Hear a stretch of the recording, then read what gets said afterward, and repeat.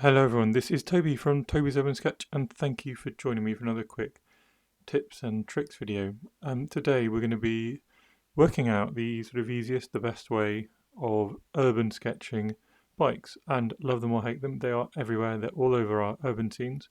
I do love, of course, riding my bike, and I ride it a lot of places, but sketching bikes can be a different thing. Going to be using my Lamy Safari, it's got a fine nib on it. I would just be using this page to have a think about how we can break it down. So, how can we break down a bicycle sketch style? So let's start with a frame. The frame is a simple triangle, and at the back there's another triangle, that's where the wheel goes. And then at the front there's a line or a couple of lines that makes the fork. So if we've got that in, we've already got the basic framework. But what comes next? Well, there's the accoutrements like the saddle, which is another triangle. A triangle on a stick this time and a smaller triangle. And if there's someone on it, you can't always see it, but it's still there as a triangle. And then the handlebars, you could be on the side, they could be in front of you, but they're quite simple lines. Just a couple of lines, a couple of circles at the end. And of course, you've got the wheels. Don't worry about drawing a perfect circle for your wheels. Perfect circle is very hard to draw. Wheels have lots of lines within them, so drawing a couple of sketchy circles, adding in a few spokes, adding in a hub, it gives a greater sense of character, greater sense of movement, a more alive and sketchy feel. So just go for it is what I say. Don't worry about those perfect circles, just have a little go. So let's try a couple of examples. So we've got here a couple of bikes. They're actually bikes we rented in a field in Norway. And even with these two bikes, we can still just use our basic principles.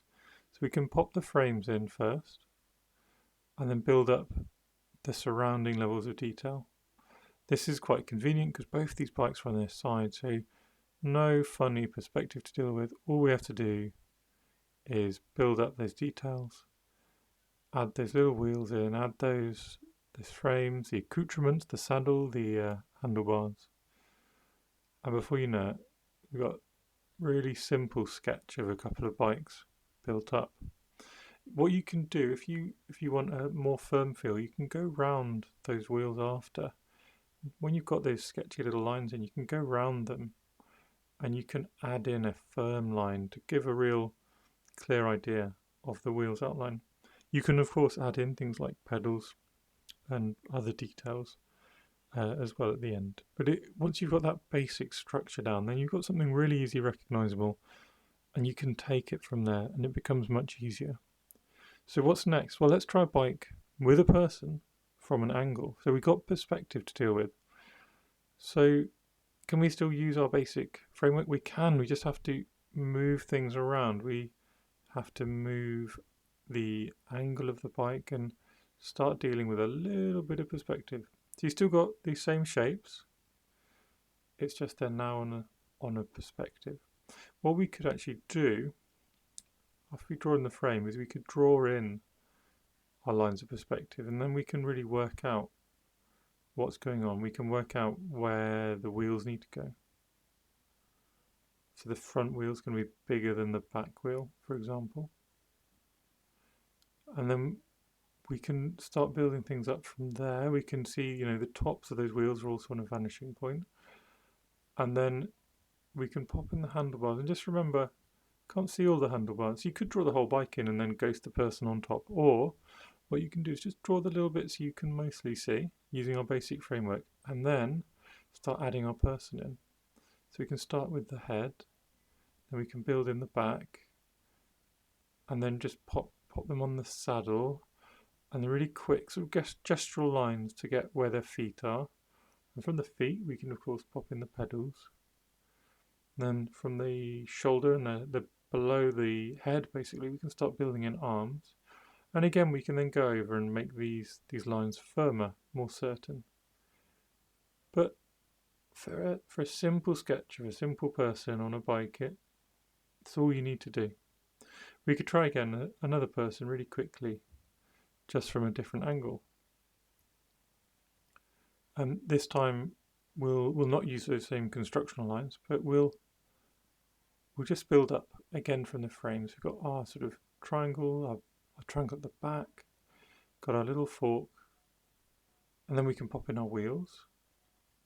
There's a little bit of perspective here. There's a slight angle, so just slightly different sizes of wheels.